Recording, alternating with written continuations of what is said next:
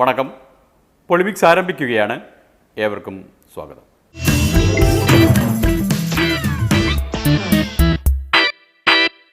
കാലം ആകെ മൊത്തം ഒരു വിപ്ലവകാലമാണ്. രാജ്യത്ത് പലതരം വിപ്ലവങ്ങളും അരങ്ങേറുന്നുണ്ട്. അതിൽ പൊളിമിക്സിന് ഏറ്റവും ഇഷ്ടപ്പെട്ടത് കാർഷിക വിപ്ലവമാണ്. അതിന് മണ്ണൊരുക്കിയത് കേരളമാണ്. അത് നയിക്കുന്നത് ഒരു വിപ്ലവ സർക്കാരാണ്.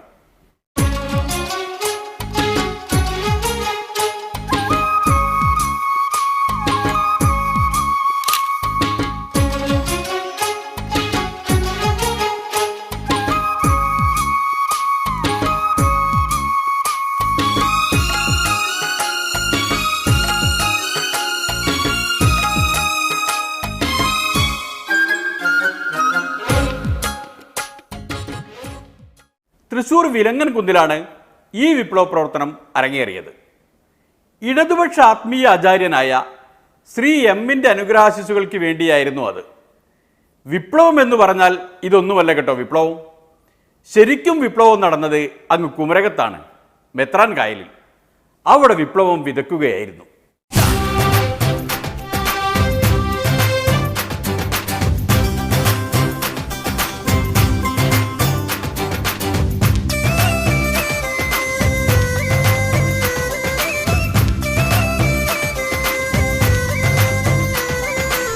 ചെങ്ങളത്തിലച്ഛൻ വിത്ത് വരും മന്ത്രി കേട്ടോ.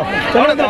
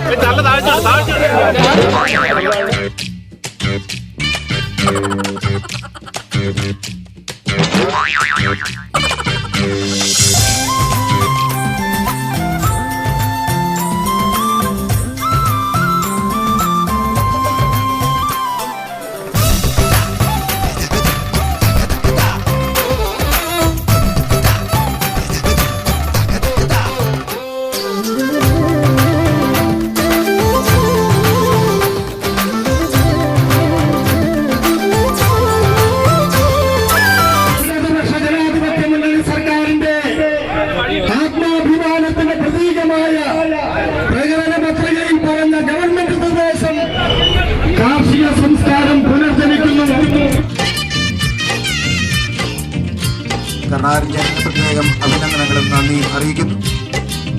കർണാടൻ ചേട്ടൻ ബഹുമാനപ്പെട്ട മന്ത്രിക്ക് ഒരു സ്നേഹോപഹാരം സമർപ്പിക്കുന്നു.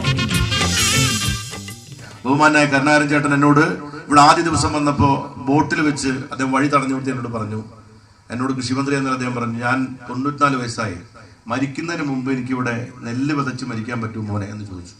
ഞാൻ കരുണാകരൻ ചേട്ടൻ പറഞ്ഞു, കരുണാകരൻ ഒന്നും പേടിക്കണ്ട, കരുണാകരൻ ചേട്ടൻ മരിക്കുന്നതിന് മുമ്പ് നെല്ല് വിതയ്ക്കാനും പറ്റും, കരുണാകരൻ ചേട്ടൻ മരിക്കുന്നതിന് മുമ്പ് നെല്ല് പലതവണ കൊയ്ത് അതിന്റെ കഞ്ഞി കുടിക്കാനും കരുണാകരൻ ചേട്ടൻ അവസരം ഉണ്ടാകും എന്ന് അദ്ദേഹം പറയുന്നത്. അത് കൃത്യമായി നമുക്ക് നടത്താൻ കഴിഞ്ഞു. നെല്ല് വിതയ്ക്കാനെങ്കിൽ നമുക്ക് സാധിച്ചിരിക്കുന്നു. ഈ സ്ഥലം മനസ്സിലായില്ലേ? ഇതാണ് മെത്രാൻ കായൽ. പണ്ട് കേരളത്തിൻ്റെ നെല്ലറയുടെ ഭാഗമായിരുന്നു. ഒരു കൂട്ടം ഭൂമി മാഫിയ സംഘം ഈ മനോഹരമായ ഈ പാടം പലരുടെ കയ്യിൽ നിന്നും വില കൊടുത്തു വാങ്ങി ഇവിടെ നടന്നിരുന്ന നെൽകൃഷി സ്തംഭനാവസ്ഥയിലാക്കി. കാലക്രമേണ ഇവിടെ നികത്തൽ നടത്തി അവരാഗ്രഹിക്കുന്നത് പോലെ റിസോർട്ടുകളും ടൂറിസം പരിപാടികളും നടത്തി കോടികൾ ലാഭമുണ്ടാക്കാം എന്ന വ്യാമോഹത്തോടു കൂടി വാങ്ങിക്കൂട്ടിയ ഈ സ്ഥലത്ത് 10-12ഓളം കൃഷിക്കാരിവിടെ അധ്യക്ഷൻ സൂചിപ്പിച്ച പോലെ കരുണാകരൻ ചേട്ടന്റെ നേതൃത്വത്തിൽ ഞങ്ങൾക്ക് കൃഷി ചെയ്യണം, ഈ ഭൂമി നിങ്ങൾ ഇതുപോലെ ആക്കരുത് എന്ന് പറഞ്ഞിട്ടും ഇതൊന്നും വകവയ്ക്കാതെ അന്നത്തെ ഭരണ സംവിധാനത്തിന്റെ എല്ലാ ഒത്താശയോടും കൂടി ഈ കൃഷിഭൂമി കൈയടക്കിയിരിക്കുകയായിരുന്നു. അന്ന് അതിനെതിരെ പടപൊരുതിയ സുനിലും പാർട്ടിയും ഭരണകക്ഷിയായപ്പോൾ അവർ ഇക്കണ്ട സ്ഥലത്തെല്ലാം നെൽകൃഷി നടത്താൻ തീരുമാനിച്ചു. അങ്ങനെയാണ് വിധവിപ്ലവം ആരംഭിച്ചത്. പക്ഷേ ചിലർക്കത് അങ്ങോട്ട് ദഹിച്ചിട്ടില്ല. നിയമസഭയിൽ ചില ഞങ്ങളുടെ സഹപ്രവർത്തകരായ ചില MLA പറഞ്ഞു, ഞങ്ങൾക്ക് ഈ വിമാനത്താവളമൊക്കെ കാണുമ്പോൾ വിത്തെറിയാൻ തോന്നുന്ന ഒരു ഫോബിയ പിടികൂടിയിരിക്കുന്നൊരു പിടികൂടിയിരിക്കുകയാണെന്നുള്ള അല്ലെങ്കിൽ പറയുണ്ടായി. ഞങ്ങൾ വിമാനത്താവളത്തിനെതിരെയൊന്നും ഞങ്ങൾ വിത്തെറിഞ്ഞിട്ടില്ല. പ്രകൃതിയെ നശിപ്പിക്കുന്ന വികസനത്തിനെതിരാണെന്നുള്ളത് കൊണ്ടാണ് ഞങ്ങൾ ആ നിലപാട് സ്വീകരിച്ചത്. അങ്ങനെ വരുമ്പോഴാണ് ഈ മെത്രാൻ കായലും ആറന്മുള പാടശേഖരവുമെല്ലാം ശ്രദ്ധിക്കേണ്ടി വരുന്നത്. അപ്പം മെത്രാൻ കായലിന്റെയും ആറന്മുളയുടെയും പ്രത്യേകത അതെല്ലായിടത്തും തരിച്ചു കിടക്കുന്ന പാടം പോലെയുള്ള പാടമാണ്. പക്ഷേ ഈ പാടശേഖരങ്ങൾ എല്ലാ നിയമങ്ങളും ലംഘിച്ച് നിയമവ്യവസ്ഥയെ വെല്ലുവിളിച്ച് പണമുണ്ടെങ്കിൽ എന്തും ചെയ്യും എന്നവർ തീരുമാനിച്ചപ്പോൾ നിങ്ങൾ എന്തും ചെയ്തു കൊള്ളുക എന്ന് അവരുടെ കൂടെ ഉണ്ടായിരുന്ന ഭരണാധികാരികൾ പറഞ്ഞ കാലഘട്ടത്തിൽ അത് വിവാദമായ ഭൂമിയാണ്.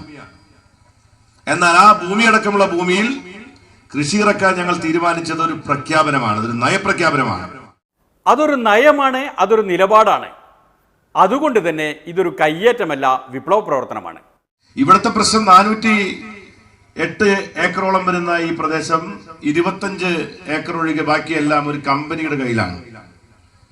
ആ കമ്പനിയോട് എനിക്ക് പറയാനുള്ളത്, ഞങ്ങൾ ഇതാ വിതയ്ക്കാൻ ആവശ്യമായ എല്ലാ ഒരുക്കങ്ങളും ചെയ്തിട്ടിരിക്കുകയാണ്.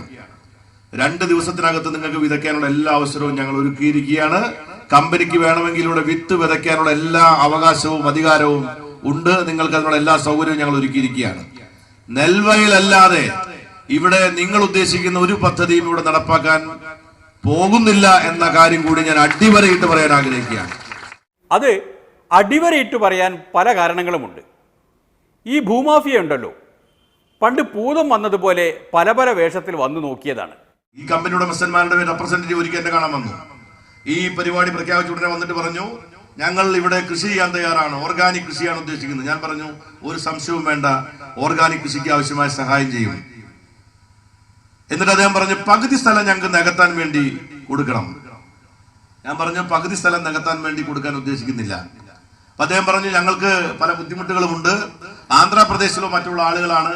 ഞാൻ പറഞ്ഞത്, ആന്ധ്രാപ്രദേശ് അല്ല, ഇത് കേരളമാണ്. ഇവിടെ കേരളത്തിലൊരു ഗവൺമെന്റ് ഉണ്ട്, ഗവൺമെന്റ് ഒരു നയമുണ്ട്. ആ നയമനുസരിച്ചല്ലാതെ ഒരു കാര്യം നടത്താൻ സമ്മതിക്കില്ല. നിങ്ങൾക്ക് ഗവൺമെന്റ് നയവുമായി സഹകരിച്ചുകൊണ്ട് ഇവിടെ കൃഷി ചെയ്യാൻ ഉദ്ദേശിക്കുന്നുണ്ടെങ്കിൽ അതിനുവേണ്ട സഹായം ചെയ്യാൻ ഗവൺമെന്റ്, ആർക്കാണെങ്കിലും സഹായം ചെയ്യാൻ ഗവൺമെന്റ് തയ്യാറാണ്. പൂച്ച കറുത്തതായാലും വെളുത്തായാലും എലിയെ പിടിച്ചാൽ മതി എന്ന് പറയുന്ന പോലെ ഇത് കമ്പനിയാണെങ്കിലും കൃഷിക്കാരനാണെങ്കിലും കൃഷി ചെയ്യുന്നതുകൊണ്ട് യാതൊരു പ്രയാസം ഞങ്ങൾ ഉണ്ടാക്കാൻ പോകുന്നില്ല. സുനിൽ മന്ത്രി പഴയൊരു മാവോയിസ്റ്റ് ആയതുകൊണ്ട് മാവോ സൂക്തങ്ങൾ ഇടയ്ക്കിടെ എടുത്ത് ഉപയോഗിക്കാം. എന്നാൽ ഈ മാഫിയ പൂതം ഉപയോഗിക്കുന്നത് വേറെ ചില ടൂളുകളാണ്. കോടാലിക്കൈ എന്നെല്ലാം പറയുന്ന തരത്തിൽപ്പെട്ട ടൂളുകൾ. ഈ മെത്രാൻ കായൽ കൃഷി ഇറക്കിയപ്പോൾ 2 കേസ്, ആദ്യം ഒരു കേസ് ഹൈക്കോടതിയിൽ കൊടുത്തു. ആ കേസിൽ പറഞ്ഞത്, ഇത്രയും ചെറിയ ഒരു എക്സ്റ്റന്റ് പ്രദേശത്ത് മാത്രം കൃഷി ചെയ്യാൻ വേണ്ടി ഗവൺമെന്റ് ലക്ഷക്കണക്കിന് രൂപ ചെലവഴിക്കുകയാണ്, അതുകൊണ്ട് ഇത് അന്യായമാണ്, ഇത് ധൂർത്താണ് എന്ന് പറഞ്ഞുകൊണ്ട് ഒരു വിദ്വാൻ കേസ് കൊടുത്തു. കമ്പനിക്ക് വേണ്ടി ബിനാമി കേസ് കൊടുത്താണ്. ഞങ്ങൾ വ്യക്തമായ ധാരണയോടുകൂടി അതിന് മറുപടി കൊടുത്തു. ഹൈക്കോടതി പറഞ്ഞു അത് യാതൊരു തെറ്റുമില്ല, ഗവൺമെന്റ് ചെയ്തത് ശരിയാണെന്ന് പറഞ്ഞു. അത് കഴിഞ്ഞപ്പോൾ ഇവിടെയുള്ള ഒരു വിദ്വാൻ, ഒരു പഞ്ചായത്ത് മെമ്പർ, അദ്ദേഹം വേറൊരു കേസ് കൊടുത്തു. അദ്ദേഹം കൊടുത്ത കേസ് എന്താണെന്നറിയാമോ? ഇവിടെ വിശിഷ്ടമായിട്ടുള്ള ഒരു മീനുണ്ട്, ആ മീനിന്റെ പ്രചരണ കാലമാണ്, ഈ സമയത്ത് ഇത് വെള്ളം വറ്റിച്ചാൽ ആ മീൻ മുഴുവൻ ചത്തുപോകും, അതുകൊണ്ട് ആ മീനിന്റെ വംശം നശിച്ചു പോകുന്നതുകൊണ്ട് ഉടനെ നിർത്തിവെക്കണമെന്ന് ആവശ്യപ്പെട്ടുകൊണ്ട് കത്ത് കൊടുത്തു. ഞാൻ ഫിഷറീസ് ഡിപ്പാർട്ട്മെന്റുകാരോടും ഇവിടെ ഡിപ്പാർട്ട്മെന്റ് ചോദിച്ചത് എന്താണ് സംഭവം. അവർ ശാസ്ത്രീയമായ കാര്യങ്ങൾ ബഹുമാനപ്പെട്ട ഹൈക്കോടതി അറിയിച്ചു. ഹൈക്കോടതി തള്ളിക്കളഞ്ഞിട്ട് പറഞ്ഞു, നിങ്ങൾ 25 ഏക്കറിൽ മാത്രം കൃഷി ചെയ്താൽ പോരാ. ജില്ലാ കളക്ടറോട് ആവശ്യപ്പെട്ടു, ഇവിടെ ലാൻഡ് യൂട്ടിലൈസേഷൻ ആക്ട് അനുസരിച്ച് കളക്ടർ അധികാരം ഉപയോഗിച്ചുകൊണ്ട് നിങ്ങൾ അവിടെ ബാക്കിയുള്ള സ്ഥലത്ത് കൂടി കൃഷി ചെയ്യാൻ ആവശ്യമായിട്ട് നടപടി സ്വീകരിക്കണമെന്ന് കളക്ടറോട് ബഹുമാനപ്പെട്ട ഹൈക്കോടതി ആവശ്യപ്പെട്ടിരിക്കുകയാണല്ലേ. അങ്ങനെ കോടതിയുടെയും കലക്ടറുടെയും മാത്രമല്ല പോലീസിന്റെയും സഹായത്തോടെയാണ് വിപ്ലവം വിതച്ചത്. ഞാൻ പോലീസുകാരുടെ പ്രത്യേകം നന്ദി പറയണം. കാരണം ഇവിടെ കമ്പനിയുടെ കുറെ ആളുകള് ഞാൻ ഇവിടെ ഉണ്ടാക്കിയിരിക്കുന്ന ഈ ബണ്ട് പൊട്ടിച്ചു കളഞ്ഞു, തൂമ്പ് പൊട്ടിച്ചു കളഞ്ഞു. ആ വക പരിപാടിയുമായിട്ട് ഇനി വന്നാൽ ശക്തമായ നടപടി ഉണ്ടാകും, ആരാണെങ്കിലും അതിനെതിരായി ശക്തമായ നടപടി ഉണ്ടാകും എന്ന് താക്കീത് നൽകാൻ ഞാൻ ഈ സന്ദർഭം ഉപയോഗിക്കുകയാണ്. ഇവിടെ കൃഷി ഇറക്കുന്ന കൃഷിക്കാർക്ക് ശല്യം ഉണ്ടാക്കുന്ന രീതിയിൽ ഇവിടെ വീണ്ടും ഈ ബണ്ടുകളൊക്കെ തകർക്കാൻ വേണ്ടി തയ്യാറെടുത്ത് വന്നിരിക്കുന്ന ആരാണെങ്കിലും അവർക്ക് താക്കീത് കൊടുക്കാൻ കൂടി ഞാൻ ആഗ്രഹിക്കുകയാണ്.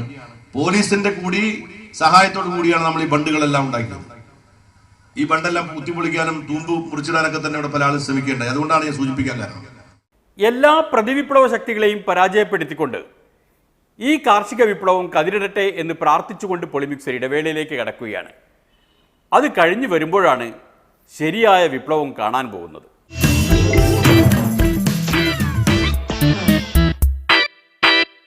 ഈ വിപ്ലവം എന്നാൽ അടിമുടി മാറ്റം വരുത്തുന്നതിനാണല്ലോ വിപ്ലവം എന്ന് പറയുന്നത്. അങ്ങനെ ഒരു വിപ്ലവം രാജ്യത്ത് നടത്തിയത് നരേന്ദ്രഭായിയാണ്, നമ്മുടെ പ്രധാനമന്ത്രി. അദ്ദേഹം ഒരൊറ്റ രാത്രി കൊണ്ട് സോണിയാഗാന്ധിയുടെ മോനെ വരെ റോഡിലിറക്കി നിർത്തിയില്ലേ?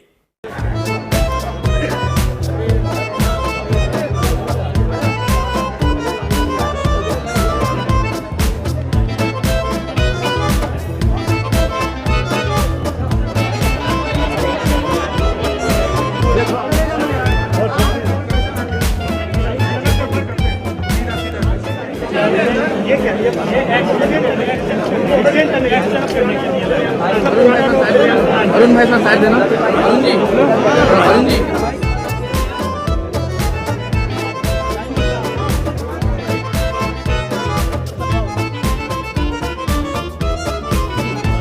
यहाँ पे आपको कोई सूट बूट वाला दिखाई दे रहा है? नहीं। एक व्यक्ति करोड़पति आपको इस लाइन में दिख रहा है? सब गरीब लोग हैं। सब यहाँ पे सब गरीब लोग दिख रहे हैं। हमारा कहना है कि सरकार इनके लिए चलनी चाहिए, प्राइवेट से 15-20 लोगों के लिए नहीं चलनी चाहिए। अगर वो 15-20 लोग यहाँ नहीं खड़े हैं, उनको तो कोई कठिनाई नहीं हो रही है, इनको कठिनाई हो रही है। यहाँ पे घंटों से लाइन में खड़े, मैं इनके साथ खड़े होना। लेकिन राहुल जी, प्रधानमंत्री ये कह रहे हैं कि ये आलोचना किया, जो लोग विरोध कर रहे हैं, जिस तरह से आलोचना, ये बताएं कि क्या वो लोग काला बन वालों के साथ खड़े? गरीब व्यक्ति को कष्ट हो रहा है। मैं यहाँ 4000 रुपए बदलने आया हूँ। जब मैं यहाँ पहुंचा, लाइन को अंदर कर दिया, तो जब मैं यहाँ आया हूँ जी, लोगों को अंदर कर दिया है। मैं लाइन में खड़ा होना चाहता हूँ। हम छोटे दुकानदार हैं, कहाँ जाए? इसलिए मैं इनके साथ यहाँ खड़ा हूँ। बस सीधी सी बात। हम छोटे दुकानदार पैसे कैसे निकालेंगे? कुछ रिलैक्सेशन नहीं, मेरे लोगों को कष्ट हो रहा है, मैं उनके साथ खड़ा हुआ हूँ। धन्यवाद। छोटे लोगों ने ഇറ്റലിയിലോ സ്വിസ് ബാങ്കിലോ എന്തുണ്ടായിട്ടെന്താ? ദില്ലിയിൽ നിന്ന് പിഴക്കണമെങ്കിൽ ഇന്ത്യൻ റുപ്പീസ് വേണ്ടേ? ഇന്ത്യൻ റുപ്പീസ് അതൊരു 2000 കയ്യിലില്ലെങ്കിൽ ആരായാലും വരിയിൽ നിന്ന് വരിക്കാരനായി പോകും.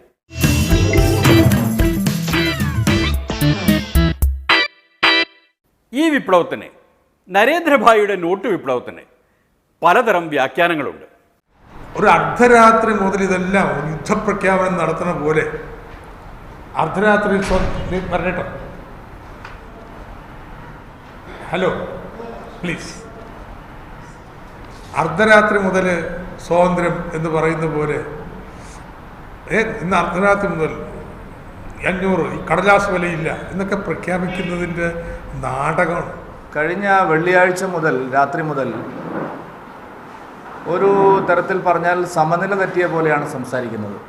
ഡിസംബർ 31-നകം നിങ്ങളുടെ ഈ 500-1000 രൂപ നോട്ടുകൾ കൊണ്ടുവന്ന് അത് മാറിയെടുക്കണമെന്ന് പറഞ്ഞാൽ കള്ളനോട്ടെല്ലാം പോവില്ലേ? ഏതും കള്ളനോട്ട് ബാങ്കിൽ ചെല്ലുമോ? കേരളത്തിലെ 10,000-കണക്കിന് സഹകരണ ബാങ്കുകളിൽ കണക്കിൽപ്പെടാത്ത കോടാനുകോടി ഉറുപ്പിക നിക്ഷേപിക്കപ്പെട്ടിട്ടുണ്ട്. ആ നിക്ഷേപങ്ങളെ സംബന്ധിച്ച് ഇപ്പോൾ നോട്ട് മാറ്റി വാങ്ങുമ്പോൾ കണക്ക് കൊടുക്കേണ്ടി വരും. അതാണ് CPM-നെ വേവലാതിപ്പെടുത്തുന്നത്. കള്ളപ്പണത്തിൻ്റെ സിംഹഭാഗവും വിദേശത്താണ്. ആ വിദേശത്ത് നിന്ന് മൗറീഷ്യസ് തുടങ്ങിയ രാജ്യങ്ങൾ വഴി ഇന്ത്യയിലേക്ക് വരുന്ന ഒരു പണത്തിൻ്റെ സ്രോതസ് പോലും അന്വേഷിക്കുന്നില്ല. അതാണ് മൗറീഷ്യസ് ഉള്ള കരാറ്. ഒരു ദിവസം രാത്രി ഇതുപോലെ നിങ്ങൾക്ക് പല രാജ്യങ്ങളിൽ നിന്നും കള്ളപ്പണം വന്നതിൻ്റെ വിശദാംശങ്ങൾ കിട്ടും. ഇന്ത്യയിലെ ഇന്ത്യയിലേക്ക് വരുന്ന പണത്തിൻ്റെ, വിദേശ പണത്തിൻ്റെ 60% ഈ ആൾപ്പാർപ്പില്ലാത്ത രാജ്യത്തു നിന്നാണ്. അറിഞ്ഞില്ലെന്ന് നടിക്കുകയാണല്ലോ. ഈ ഗവൺമെൻറ് കള്ളപ്പണം ഇല്ലാതാക്കാൻ ആദ്യത്തെ മന്ത്രിസഭാ യോഗം മുതൽ തീരുമാനിച്ചതാണ്. ഫസ്റ്റ് തീരുമാനം, കേന്ദ്ര ഗവൺമെൻറ്റിൻ്റെ ആദ്യ മന്ത്രിസഭാ യോഗത്തിൻ്റെ തീരുമാനം SIT രൂപീകരിക്കലാണ്. അതിനുശേഷം രാജ്യത്തെ എല്ലാ പൗരന്മാരെയും ബാങ്ക് ഇതിൻ്റെ നെറ്റ്വർക്കിൻ്റെ പരിധിയിൽ കൊണ്ടുവന്നു. ട്രാൻസാക്ഷൻ എല്ലാം ഇനി മുതൽ ബാങ്കിൽ ആ നിലയിലേക്കെല്ലാം കാര്യങ്ങൾ പോവുകയാണ്. കാര്യങ്ങൾ വളരെ ട്രാൻസ്പെറൻ്റ് ആയിട്ട് പോകുമ്പോൾ വെറുതെ വേവലാതി ഉണ്ടാക്കണ്ട. വീട്ടിലൊരാവശ്യമുണ്ട്, കല്യാണമുണ്ട്, എങ്ങനെ ചെയ്യാം പറ. ഇവിടുത്തെ പാവപ്പെട്ടവന് അവൻ്റെ കയ്യിലുള്ള 500-ൻ്റെയും 1000-ൻ്റെയും നോട്ട് മാറ്റി വാങ്ങുന്നതിന് ഒരു തടസ്സവുമില്ലാതിരിക്കെ എന്തിനാണ് കേരളത്തിൻ്റെ ധനകാര്യമന്ത്രിയും CPIM-ഉം പരസ്യമായി ഇങ്ങനെ ഒരു നീക്കത്തെ എതിർക്കുന്നത്? നോട്ട് കെട്ടി ഇങ്ങനെ വെക്കുന്നവരും അപൂർവമാണ്. അവരുടെ ഭൂമിയിലോ സ്വർണത്തിലോ ഒക്കെയാണ് നിക്ഷേപിക്കാം. അതുകൊണ്ട് ഈ നടപടി കൊണ്ട് കള്ളപ്പണം ഉണ്ടാവില്ല എന്നാരും ധരിക്കണ്ട. ചാക്കിലാക്കിയതൊക്കെ ഇന്ന് പലരും കത്തിക്കുന്നത് നിങ്ങൾ കണ്ടില്ലേ? ചാക്കിലെ നോട്ടെടുത്ത് കൊണ്ടുപോയി ഇന്ന് കത്തിക്കുന്നത് പലരും കണ്ടില്ലേ? ഇപ്പം ഇന്ത്യ രാജ്യത്ത് ഇത്രയും കാലം പറഞ്ഞത് ഇന്ത്യൻ കുത്തകളെയും ഞങ്ങൾ എതിർക്കുന്നു എന്നാണ്. ഇപ്പോൾ തോമസ് ഐസക് പറയുന്നത് വിദേശത്തുള്ളവരെ മാത്രമേ ഞങ്ങൾ നോക്കൂ. അപ്പോൾ ഇന്ത്യ രാജ്യത്ത് കള്ളപ്പണം കൈവശം വെച്ചിരിക്കുന്നവർ ആരും ഇല്ലേ? നമ്മുടെ മോഡി തന്നെയല്ലേ വോളണ്ടറി ഡിസ്ക്ലോസർ വെച്ചിട്ട് ഇതുവരെ സാവകാശം കൊടുത്തുകൊണ്ടിരുന്നത്. ഇനിയിപ്പോൾ അവർക്ക് 30-ാം തീയതി വരെ സമയം കൊടുത്താൽ ഇത് തന്നെ ഫലം. അവർക്ക് 30-ാം തീയതി വരെയുള്ള കള്ളപ്പണം മാറ്റിക്കൊടുക്കാന്ന് വെച്ചിട്ടുണ്ടല്ലോ. അവർ 100 പേരെ കണ്ടുപിടിച്ച് 100 പേർക്ക് 1 ലക്ഷം രൂപ വെച്ചൊരു LB ഉണ്ടാക്കിയിട്ട് ബാങ്കിൽ കൊടുത്ത് മാറാമല്ലോ. അത് ചെയ്യുന്നല്ലേ പറഞ്ഞു, അതിപ്പോഴും ചെയ്യാമെന്ന്. Hello, thank you, please.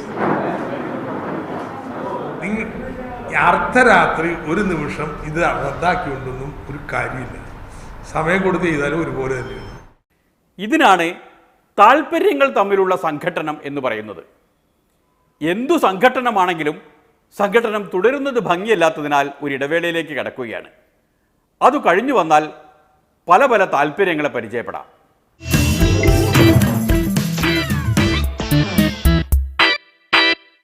അതായത് CPM-ന് മാത്രമേ ഇതിലെല്ലാം താല്പര്യമുള്ളൂ എന്നും തോമസ് ഐസക്കിന് മാത്രമേ ഇതെല്ലാം മനസ്സിലാകൂ എന്നും ആരും ധരിച്ചു വെച്ചേക്കരുത്. ഇതെല്ലാം മനസ്സിലാകുന്നവർ കോൺഗ്രസിലുണ്ട്, ആലപ്പുഴയിൽ തന്നെയുണ്ട്. ആദ്യം അടിക്കേണ്ടിയിരുന്നത് 100-ൻ്റെതും 500-ൻ്റെയും പുതിയ നോട്ടുകൾ ഇറക്കിക്കൊണ്ട് വേണമായിരുന്നു പഴയ നോട്ടുകൾ പിൻവലിക്കാൻ. ഒറ്റ ദിവസം കൊണ്ട് 1 മണിക്കൂർ കൊണ്ട് വേണമെങ്കിൽ പിൻവലിക്കാമായിരുന്നു. ജനങ്ങൾക്ക് ഇത്ര ബുദ്ധിമുട്ടുണ്ടാകില്ല. തന്നെയുമല്ല, നരേന്ദ്രഭായ് എന്തിനാണ് നട്ടപ്പാതിരയ്ക്ക് നാട്ടുകാരോട് ഈ കുലച്ചത് ചെയ്തത് എന്നെല്ലാം ഷുക്കൂർ സാഹിബിന് അറിയാം. വേണമെങ്കിൽ ഒരു സൂചന തരാം.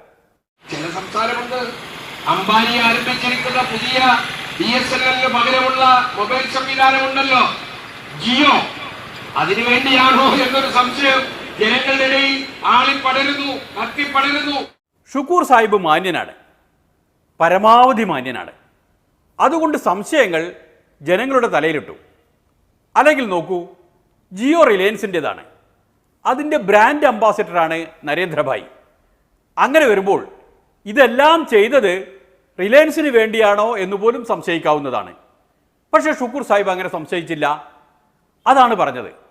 അദ്ദേഹം വളരെ സൂക്ഷിച്ചേ സംശയിക്കാറുള്ളൂ. പിണറായി വിജയൻ ഐസക്കിനോട് എന്തെങ്കിലും വിരോധമുണ്ടെങ്കിൽ ആ വിരോധം ഈ സ്ഥാപനത്തിൽ കാട്ടല്ലേ എന്ന് വിനീതമായ അഭ്യർത്ഥനയാണ് ഞങ്ങൾക്ക് ബഹുമാനപ്പെട്ട മുഖ്യമന്ത്രിയോട് പറയാൻ. എന്തെങ്കിലും വേണ്ട അരുതാത്തത് ഐസക്ക് അങ്ങയോട് ചെയ്തിട്ടുണ്ടെങ്കിൽ അതിന് ഞങ്ങൾ പാവങ്ങളായ തൊഴിലാളികളെ വഞ്ചിക്കരുത്. ആലപ്പുഴ കോമളപുരം സ്പിന്നിംഗ് മില്ലിൻ്റെ കാര്യമാണ് പറഞ്ഞു വരുന്നത്. LDF വന്നാൽ എല്ലാം ശരിയാകുമെന്ന് തോമസ് ഐസക് പറഞ്ഞിരുന്നു. പക്ഷെ ഒന്നും ശരിയായി കണ്ടില്ല. പിണറായി തടയുന്നതാണോ എന്ന സംശയത്തിലാണ് ഷുക്കൂർ സാഹിബ്. ഓരോരോ സംശയങ്ങളെയും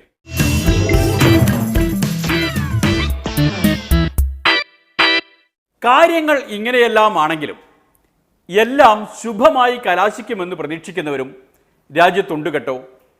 എല്ലാം ശരിയായി വരുമ്പോൾ കോൺഗ്രസ് തിരിച്ചു വരുമെന്നാണ് അത്തരക്കാരുടെ പ്രതീക്ഷ.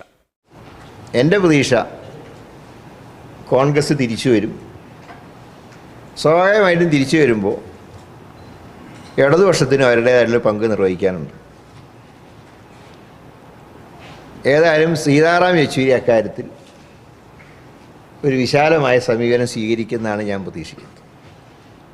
ഇടതുപക്ഷവും കോൺഗ്രസ് ഉൾപ്പെട്ട ജനാധിപത്യ കക്ഷികളും തമ്മിൽ കേരളത്തിൽ ഇപ്പോൾ പ്രശ്നമൊന്നുമില്ല. ഞങ്ങൾ തമ്മിൽ മത്സരിച്ചാലും അവിടെയും ചിലപ്പോൾ ഭാവിയിൽ ഈ പറഞ്ഞ പോലെ ചില സീറ്റുകളിലൊക്കെ ചില അഡ്ജസ്റ്റ്മെൻറ്റുകൾ വേണ്ടി വരും. ഞാൻ പറയാം, ഇപ്പോൾ വട്ടിയൂർക്കാവിൽ എനിക്ക് പറയാൻ CPM-ൻ്റെ വോട്ട് കിട്ടിയിട്ടുണ്ട്. ഇല്ല ഞാൻ പരസ്യമായിട്ട് പറഞ്ഞു.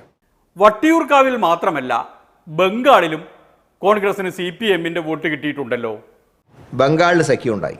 ആരെങ്കിലും വിചാരിച്ചോ ബംഗാളിൽ സഖ്യം ഉണ്ടാവും? ഇന്നലെ വരെ കീരിയും പാമ്പുമായിട്ട് നിന്ന കോൺഗ്രസും മാർക്സിസ്റ്റ് പാർട്ടിയും അവിടെ ഒന്നായി.